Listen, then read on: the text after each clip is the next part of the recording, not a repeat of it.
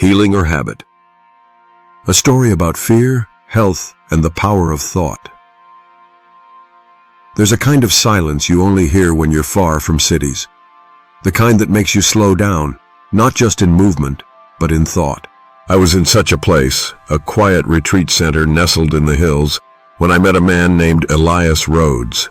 Now, Elias wasn't a doctor. He wasn't a scientist. He wasn't a guru or a speaker on big stages. But he carried something most people chase their whole lives, an inner steadiness, a calmness that wasn't forced. It was real, and it was during a casual afternoon conversation, sitting on a sun-dappled porch with tea in hand, that he said something I'll never forget.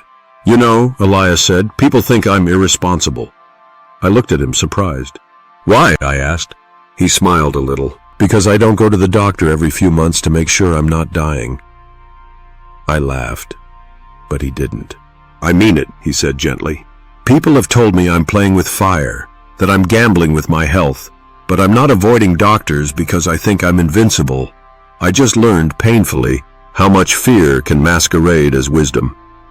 He paused, letting the silence stretch. The habit of worry. Elias explained that for years he was hypervigilant about his health. It started small, a headache here, a muscle twitch there. I'd look it up, get worried, go to the doctor. They'd run tests, find nothing, and I'd feel better, for a while. But the relief never lasted. Because what he was really feeding wasn't his curiosity. It was his fear, and fear is never satisfied. Fear always wants one more test, one more opinion, one more reason to be afraid. It became a loop, he said, a ritual. Something felt off. I panicked. I sought reassurance. And when I got it, I'd feel safe for about a day.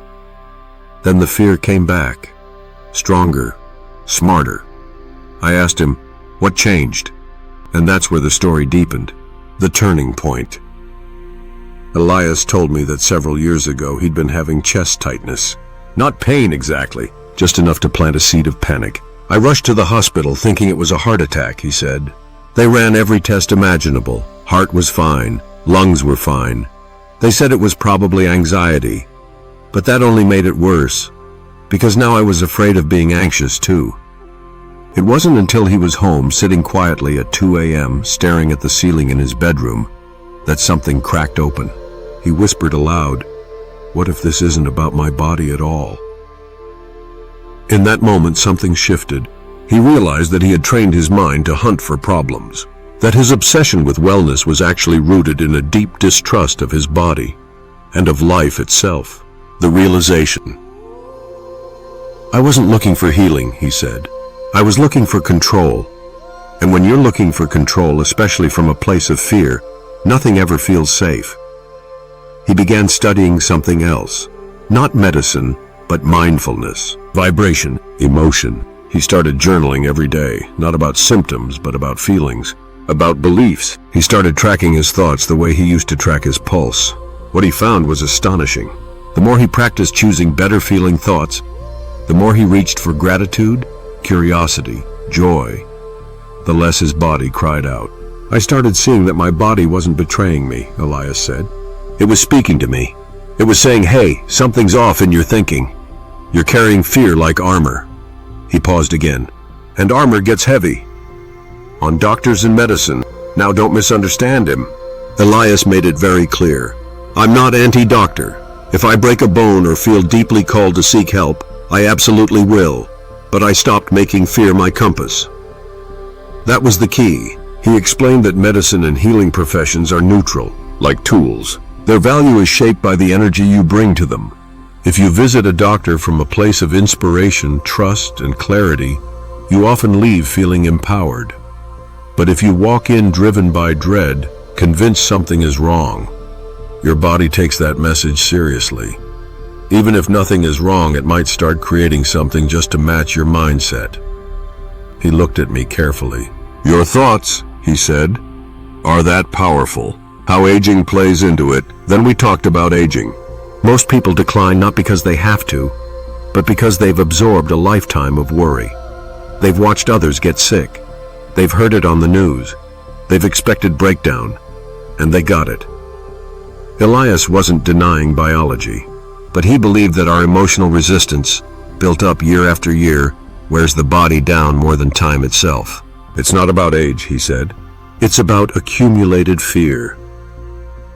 He knew 70-year-olds who were vibrant, healthy, and light, because they didn't carry the emotional weight others did. They didn't make illness part of their identity. They didn't talk about what might go wrong every day. They lived. A new way to live. So what does Elias do now? He wakes up and checks in, not with his body but with his mind. He asks, what thought feels lighter right now? Where can I soften my fear? What would trust look like today?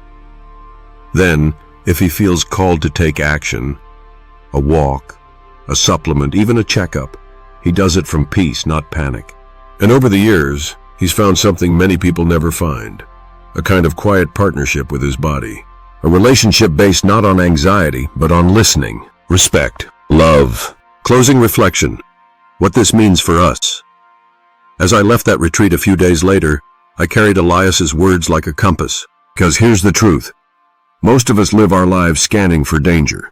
We've trained our minds to look for the worst. But the human body isn't a battlefield. It's a garden. And what we plant, in thought, in emotion, grows. Fear, repeated daily, becomes a kind of poison. But peace, chosen deliberately, becomes a kind of medicine. So the next time you feel that familiar panic rise, pause. Ask yourself, is this action inspired or anxious? Am I trusting my body or doubting it? What if wellness was my natural state and I just had to stop resisting it? Because maybe, just maybe, the greatest healing doesn't come from a machine, a pill, or a test.